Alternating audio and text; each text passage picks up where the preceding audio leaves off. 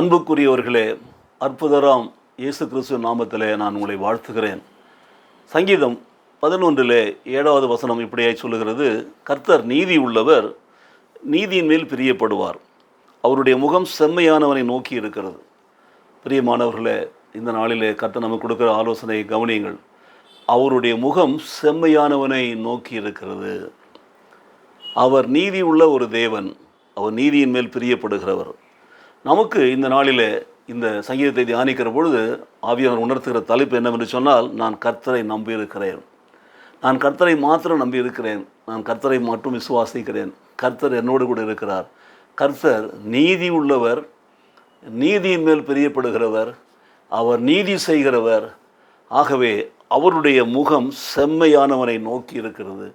நான் செம்மையான வழியிலே நடக்கிற பொழுது, அவருக்கு பிரியமான மகனாய் நான் வாழ்கிற பொழுது, அவருடைய வார்த்தையின்படி என்னுடைய வாழ்க்கையை அமைத்து கொள்கிற பொழுது, செம்மையானவனாகிய என்னை நோக்கி அவருடைய முகம் இருக்கிறது. பார்த்த வண்ணமாக அவருடைய பார்வையிலே, அவருடைய வழிநடத்திலே, அவருடைய பாதுகாப்பில் நான் இருக்கிறேன் பாருங்கள்.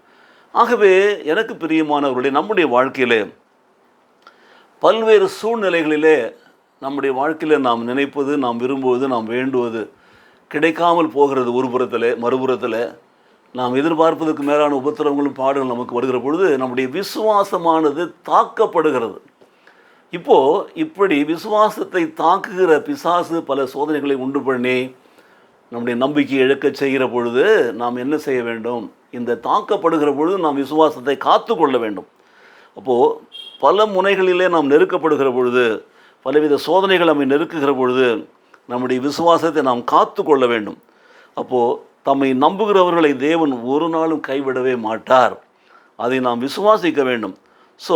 அவர் ஒருவனை எப்பொழுதுமே சோதிப்பது அவனுடைய விசுவாசத்தில் அவனை உறுதிப்படுத்துவதற்காக, அவன் நம்பிக்கையிலே பெருக செய்வதற்காக, அவன் தம்மை மாத்திரம் நம்பி இருக்க வேண்டும் என்பதற்காகத்தான். ஆகவே தான் சங்கீதக்காரனுடைய அறிக்கையை பாருங்கள். கர்த்தர் நீதி உள்ளவர், அவர் நீதியின் மேல் பிரியப்படுகிறார், அவருடைய முகம் செம்மையானவனை நோக்கி இருக்கிறது, அவர் என்னை ஒரு நாளும் கைவிட மாட்டார், நான் கர்த்தரையே நம்பியிருக்கிறேன். சிலர் ரதங்களை குறித்தும் சிலர் குதிரைகளை குறித்தும் மேன்மை பாராட்டுவார்கள்.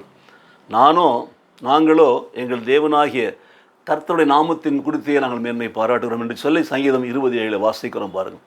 ஆகவே நாம் உலக பிரகாரமான ஆட்களைய மனிதர்களை அப்படி நம்பி நம்ம வாழ தேவையே இல்லை.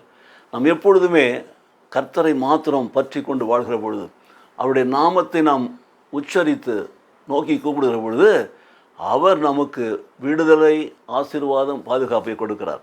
மாத்திரமல்ல, அவருடைய முகம் எப்பொழுதும் நம்மேல் நோக்கமாக இருக்கிறது. நீதி செய்யும்படி, நீதி உள்ள ஒரு தேவனாக நம்மை நீதியிலே நடப்பிக்கும்படி அவர் எப்பொழுதுமே நம்மேல் கண்களை வைத்து ஆலோசனை சொல்லி நடத்துகிறவராக இருக்கிறார். அல்லேலூயா. எனக்கு பிரியமானவர்களே, ஆகவே பிரபுக்களை குறித்தோ, இன்னும் அதிகாரிகளை குறித்தோ, மற்றும் மற்ற தலைவர்களை குறித்தும் எங்களுக்கு கவலைப்படவே தேவையில்லை. நம்முடைய தலைவரெல்லாம் இயேசு மாத்திரம்தான். அவர் தான் நம்மை நடத்துகிறவர், அவர் தான் நமக்கு நீதி செய்கிறவர், அவர் தான் நமக்கு வரக்கூடிய எல்லா துன்பங்களிலிருந்து கீழ் விடுதலையாக்குகிறவர். ஆகவே அவர் மேல் நம்பிக்கை வைத்து நாம் விசுவாசத்தை காத்து கொள்கிற பொழுது எந்த துன்பமும் எந்த வேதனையும் நம்முடைய விசுவாசத்தை தாக்கவே தாக்காது. நம்பிக்கை நம்ம வாழ்க்கையில் ஜெயம் கொண்டு வரும். மாத்திரமல்ல, அவருடைய நாமத்தின் மேல் மேன்மை பாராட்டுகிற பொழுது அவர் நம்மை விடுதலையாக்கி ஆசீர்வதித்து உயர்த்துவார். நல்ல தகப்பனே, இந்த காலை வேளையில் இந்த அன்பின் வார்த்தைகளுக்காக நாங்கள் ஜெபிக்கிறோம். நீர் நீதி உள்ளவர், நீர் நீதி மேல் பிரியப்படுகிறவர்.